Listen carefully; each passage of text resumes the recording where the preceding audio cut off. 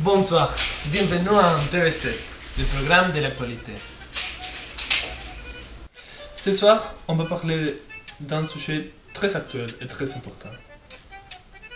L'intervention des États-Unis en Syrie. Devraient les plus puissants pays au monde envoyer ces armées dans les pays arabes ou devraient-ils laisser seulement l'ONU et les organismes diplomatiques sans chercher de problème? On est allé chercher le professeur Cameron Dallas au musée Smithsonian à Washington DC. Il est avec nous ce soir. Bonjour, monsieur Cameron. Bonsoir mes amis, je suis très content d'être ici avec vous. Mesdames, merci de m'avoir invité. Notre autre invité ce soir, c'est un citoyen syrien qui habite dans la ville d'Aleppo. Et il est contre l'intervention américaine dans son pays et il va nous décrire les raisons pour lesquelles il ne veut pas une intervention. Bonjour, merci de m'avoir invité ici. Merci.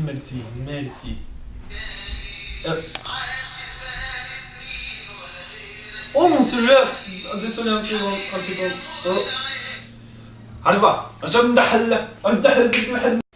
Donc, pour commencer le débat, on va poser la première question. Monsieur Cameron, pourquoi pensez-vous que c'est nécessaire une intervention américaine dans la Syrie? Bon, on a vu que depuis les premiers jours de la rébellion syrienne, un grand nombre de personnes ont été tuées ou assassinées, et si je ne me trompe pas, c'est plus de 100 000. Et je pense qu'avec une intervention américaine, comme vous dites, monsieur, ce nombre pourrait non seulement diminuer beaucoup, mais aussi les personnes qui sont déjà dans une situation terrible, comme il y en a plusieurs enfants qui ont perdu leurs parents, et pourront trouver de la paix, non? Parce que jusqu'à que cette situation ne se finit pas, il va y avoir plus et plus de morts. Et ça pourrait devenir une situation tragique au point d'être la pire situation au Moyen-Orient depuis des années. Et vous, monsieur Mohamed, qu'est-ce que en pensez-vous? Bon, je viens d'arriver de Syrie et quelques heures avant, j'étais à l'aéroport international. Je ne veux pas mentir, c'est vrai, la Syrie est dans une situation très instable, très délicate. Mais l'intervention des États-Unis n'est pas une solution, j'en suis sûr. On peut voir ce qui est arrivé en Libye. Avec la mort de Kadhafi, le pays est soumis dans la division. C'était un des meilleurs pays de l'Afrique, un des plus puissants, et maintenant c'est rien. C'est pour ça que je pense qu'une intervention des États-Unis en Syrie pourrait devenir le commencement de la fin de mon pays. C'est ça. On sait bien que jusqu'à la date, il y avait plus de 100 000 morts en Syrie à cause de la guerre civile. Une intervention, bien sûr, qui ramènerait aussi d'autres morts, et des morts internationales. On comprend bien, des morts américaines, possiblement canadiennes, britanniques, français. Mais la question vient quand on pense, devrait-on appuyer l'intervention parce qu'elle amènera moins de morts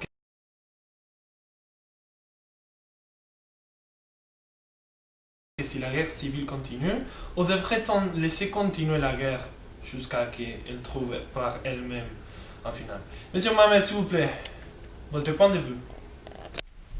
Non, pas du tout. Et je pense que si les États-Unis interviennent en Syrie, le nombre de morts pourrait se tripliquer. Il ne faut pas oublier l'Irak, les morts en Irak, en Afghanistan, ça va arriver en Syrie. Et tout de même, s'ils viennent en Syrie, et il faut laisser le peuple agir par lui-même. C'est un autre pays. Les États-Unis n'est pas la solution du monde, tout le contraire, je dirais. Et, par exemple, en Libye aussi, ils ont dit laissez-nous régler le problème Et finalement, la France, la Grande-Bretagne et les États-Unis ont rentré et tout est allé horrible. Je suis triste à cause de ce pays-là qui était très important dans la communauté arabe. Et je répète, n'entrez pas en Syrie, on n'a pas besoin de vous. Je comprends très bien. Et vous, M. Cameron, votre opinion? Bon, je vais mettre l'exemple de l'intervention que mon pays a fait en Afghanistan. Vous savez qu'avant que les Américains ont rentré dans ce pays, l'Afghanistan, le corps de l'Asie, les talibans, qui sont un groupe d'extrémistes arabes, avaient le pouvoir et les femmes ne pouvaient pas étudier, elles devaient rester dans la maison. Et c'est une situation terrible et incroyable et il y a eu plusieurs morts. Mais après que les États-Unis ont rentré dans la scène, les talibans ont laissé le pouvoir et maintenant les femmes peuvent étudier, et les hommes peuvent trouver du travail et le pays s'est amélioré beaucoup. Et je pense qu'avec une intervention comme celle qu'il y a eu en Afghanistan, si on fait la même chose en Syrie, la situation pourrait s'améliorer beaucoup, même si la Syrie n'est pas dans le niveau que l'Afghanistan a été 6 ans avant.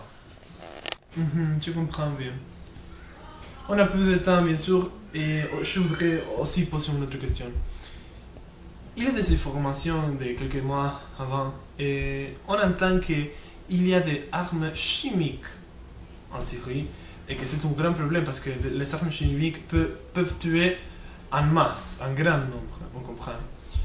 On voudrait savoir les opinions des Syriens en Syrie, c'est pour ça qu'on a ramené, entre d'autres questions, à M. Mohamed. S'il vous plaît, M. Mohamed, qu'est-ce que vous en pensez des armes chimiques? Inch'Allah, c'est pas une vraie information. Oh mon Dieu, il n'y a pas d'armes chimiques en Syrie, le gouvernement n'a pas la force ni l'argent pour payer les armes chimiques. C'est un mensonge des États-Unis pour ramener leurs troupes dans notre territoire. Et s'il y en a des armes chimiques, on est prêt pour contrôler la situation. Et je suis sûr que les armes chimiques ne feront jamais la quantité de problèmes que les armes américaines ont créés en Moyen-Orient. Et ce sera un thème que les armées civiles pourraient tranquillement contrôler. Mais quand même, je vous répète, il n'y a pas d'armes chimiques, j'en suis sûr. Mais j'en suis sûr qu'il n'y a pas d'armes chimiques là. Ok, on comprend s'il vous plaît.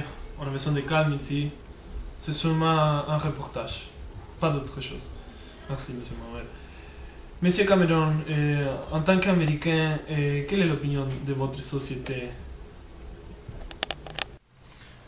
Je ne comprends pas ce monsieur-là. Je vais parler. Comme vous avez bien dit, monsieur, les armes chimiques peuvent tuer un grand nombre. Elles peuvent tuer 200-300 personnes dans quelques minutes. Et seulement les pays qui les ont déjà fabriqués, comme les États-Unis et la France, peuvent les contrôler. La Syrie, si elle les a, c'est grâce à la Russie. Et bien sûr, si on envoie un pays qui les contrôle déjà, il peut les éradiquer, il peut les contrôler, il peut sauver des vies qui sont en danger à cause de ces armes-là. Et je ne comprends pas, et ce métier devrait être à faveur de l'intervention dans ces cas-là, parce que les États-Unis, on est pour la vie, pas contre la vie. Bon, on passe à la section où on pose des questions de nos admirateurs à nos deux représentants ici, de chaque parti. Et une question pour M. Mohamed ici, de notre admirateur, beaucoup d'admirateurs, M. XXX. Monsieur nous demande, Mohamed, que pensez-vous de la situation des chrétiens et des autres personnes de différentes croyances en Syrie? Vous savez qu'il y en a beaucoup de morts jusqu'à la date. Que pensez-vous? Bon, la Syrie était un des pays arabes qui avait la plus grande quantité de chrétiens et aussi d'autres religions. C'est un pays multiculturel avant la guerre de maintenant. Et je vais vous clarifier la situation. La majorité des Syriens, on est pour les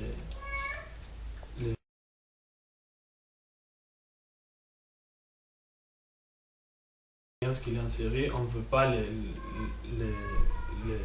amener dans une autre partie, on ne veut pas les tuer. C'est seulement quelques personnes qui sont très extrémistes qui veulent les tuer. C'est pas tous les Syriens, pas les 21 millions de Syriens. Et vraiment, si je peux faire quelque chose, je vous dis, est-ce que c'est mieux? Je sais que c'est difficile pour les chrétiens, mais ils sont aussi des Syriens et je sais qu'ils pensent comme moi quand je dis, s'il vous plaît, laissez-nous trouver notre solution à nous. On n'a pas besoin d'autres personnes pour solutionner. Ok, merci beaucoup, Monsieur Cameron. La question en Facebook, c'est plus centré sur le thème de la Russie qui protège les Syriens parce que c'est un allié dans le passé et maintenant aussi l'ordinateur. Ok. Non, s'il vous plaît.